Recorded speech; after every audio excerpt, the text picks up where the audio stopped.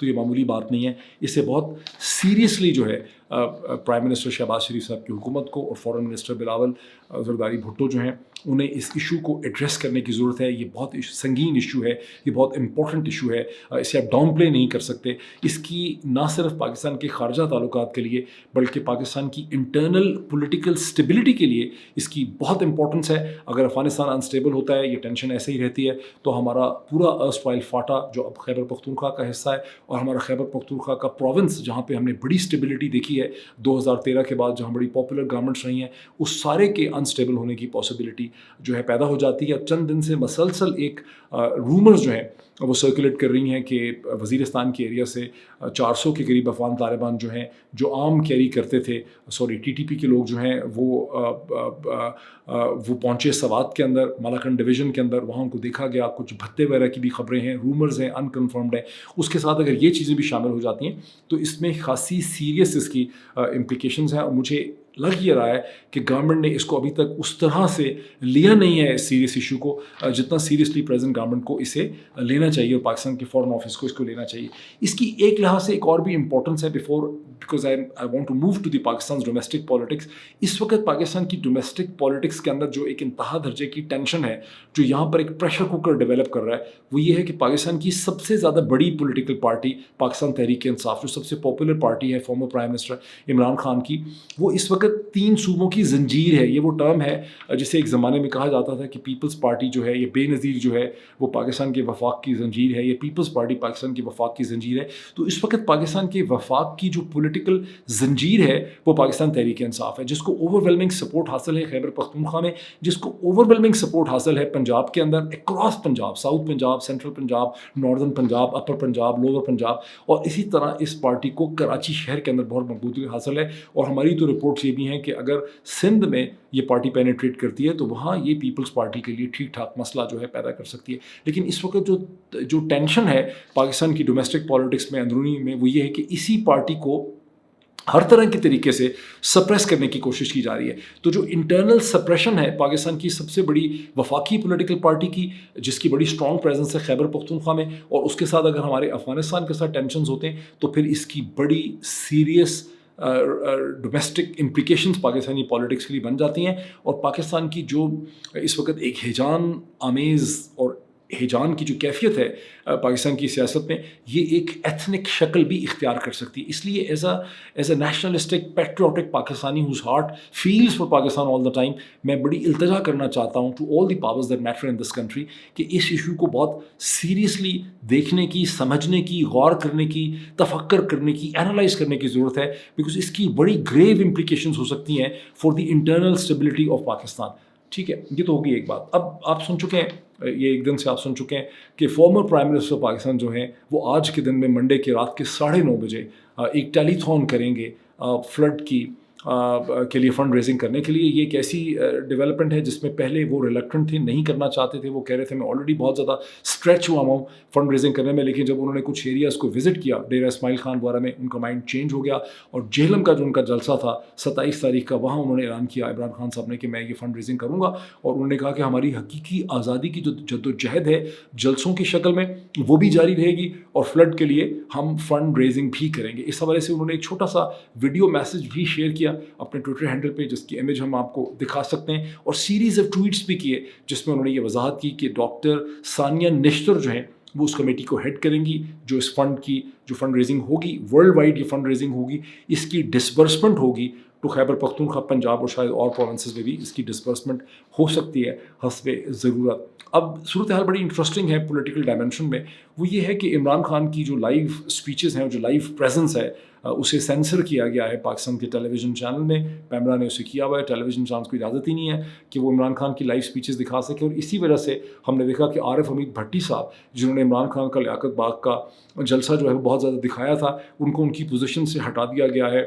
ان کی ٹیلی vision appearance جو ہے وہ بین کر دی گئی ہے بیکاز انہوں نے وہ فوٹیج جو ہے وہ بہت زیادہ دکھا دی تھی.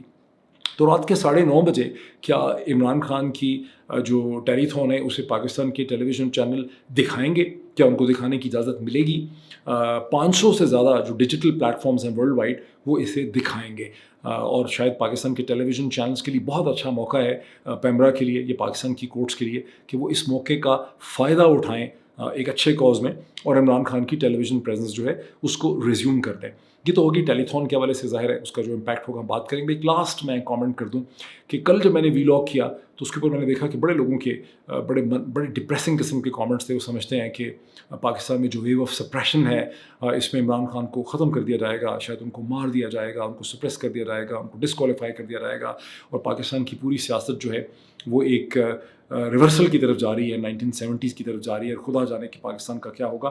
I can understand the depression. اسے ایکسوجنس ڈپریشن کہتے ہیں. دو قسم کے ڈپریشن ہوتے ہیں، ایک انڈوجنس ہوتا ہے، ایک ایکسوجنس ہوتا ہے. میں نے اپنی زندگی میں دونوں ڈپریشنس فیس کیے ہیں اور میں نے اس کو پڑھا بھی بہت ہے. انڈوجنس ڈپریشن وہ ہوتا ہے جو ہارمونل چینجز کی وجہ سے، بایو کیمیکل جو چینجز آتی ہیں انسان کی باڈی میں، وہ اس کی وجہ سے آتا ہے، اور یہ بہت خطرناک ہوتا ہے. ایکسوجنس ڈپریشن وہ ہوتا ہے جو باہر کے حالات کی وجہ سے، آپ کا لاس آف لو ہوتا ہے، محبت میں ناکامی ہوتی ہے، کوئی ٹریجک کسی کی ڈیتھ ہو جاتی ہے، فائنینشیل لاس ہوتا ہے، یا کوئی پولیٹیکل سچویشن ہوتی ہے، تو اس سے جو ڈپریشن پیدا ہوتا ہے لوگوں میں، اسے ایکسوجنس ڈپریشن کہتے ہیں. جب ایکسوجنس ڈپریشن بہت دیر تک سسٹین کرے تو وہ انڈوجنس ڈپریشن میں بھی کنورٹ ہو سکتا ہے. بہت زیادہ بڑی تعداد میں پاکستانی ایسے ہیں جو اس وقت ایک ایکسوجنس ڈپریشن کا شکار ہیں، ان میں میں بھی شامل ہوں. لیکن آج بہت خوبصورت موسم تھا اسلام آباد میں، تو میں باہر نکلا، سنڈے کا دن تھا. دوپہر سے مجھے سڑکوں پہ، بازاروں پہ، دکانوں میں، ٹھیکیداروں سے، بہت سی جگہوں سے مجھے کچھ کام تھا، اور ریئل اسٹیٹ والوں سے مجھے بات میں مل رہا تھا. اور جہاں بھی میں جاتا ہوں، چونکہ میری ایک فیس ریکگنیشن ہے، فیس فیملیئرٹی ہے، تو لوگ مجھ سے سیاست کے حوالے سے بات کرتے ہیں، اور میں ہمیشہ ایک نیوٹرل اسٹیٹمنٹ ان کے سامنے دیتا ہوں ان کے پوائنٹ آف ویو کو سمجھنے کے لیے. اور ان کے کامنٹس کے ذریعے میں سمجھتا ہوں کہ پاکستان کی سیاست کا زیر و بم کیا ہے، یہاں کیا صورتحال ہے. اور میں نے یہ دیکھا ہے کہ پاکستان میں ایک اس قسم کی سیاسی تبدیلی آ گئی ہے اسلام آباد راولپنڈی کے اندر، کم از کم جس کو میں آج دوبارہ میں نے وٹنس کیا ہے، جو پہلے کبھی دیکھنے میں نہیں آئی. اسلام آباد کے شہر میں 2013 کے بعد سے صرف دو ہی پولیٹیکل تھاٹس پائے جاتے ہیں، دو پولیٹیکل پارٹیز پائی جاتی تھیں، پی ایم ایل این اور پی ٹی آئی، جس کا رائز شروع ہوا. جب 2013 کا یہاں پہ الیکشن ہوا تو دو سیٹیں تھیں اسلام آباد کی، ایک پی ٹی آئی نے جیتی جو نئی پارٹی تھی، اور ایک پی ایم ایل این نے جیتی، لیکن زور بڑا تھا پی ایم ایل این کا. 2018 کی الیکشن میں 3 سیٹیں تھیں اسلام آباد کی، تینوں جو ہیں وہ تحریک انصاف نے جیت لیں. لیکن آپ یہ نہیں کہہ سکتے کہ پی ایم ایل این کا یہاں زور نہیں تھا. بہت زیادہ لوگ آپ کو ملتے تھے جو پی ایم ایل این کو سپورٹ کرتے تھے. آج کے دن میں، گزشتہ چند دنوں سے جو صورتحال ہم دیکھ رہے ہیں کہ جو حکمران جماعت ہے اس کو لوگ پی ڈی ایم، اس کا نام ہے کہ لیگلی اور ٹیکنیکلی تو ہو سکتا ہے، لیکن راولپنڈی اسلام آباد کے اندر پی ڈی ایم کی جو باقی 12 جماعتیں ہیں ان کی کوئی پریزنس نہ کبھی تھی نہ ہے. پیپلز پارٹی بالکل 0+0+0 ہے یہاں پہ اسلام آباد اور پنڈی کے اندر، ان کی کوئی پریزنس نہیں ہے.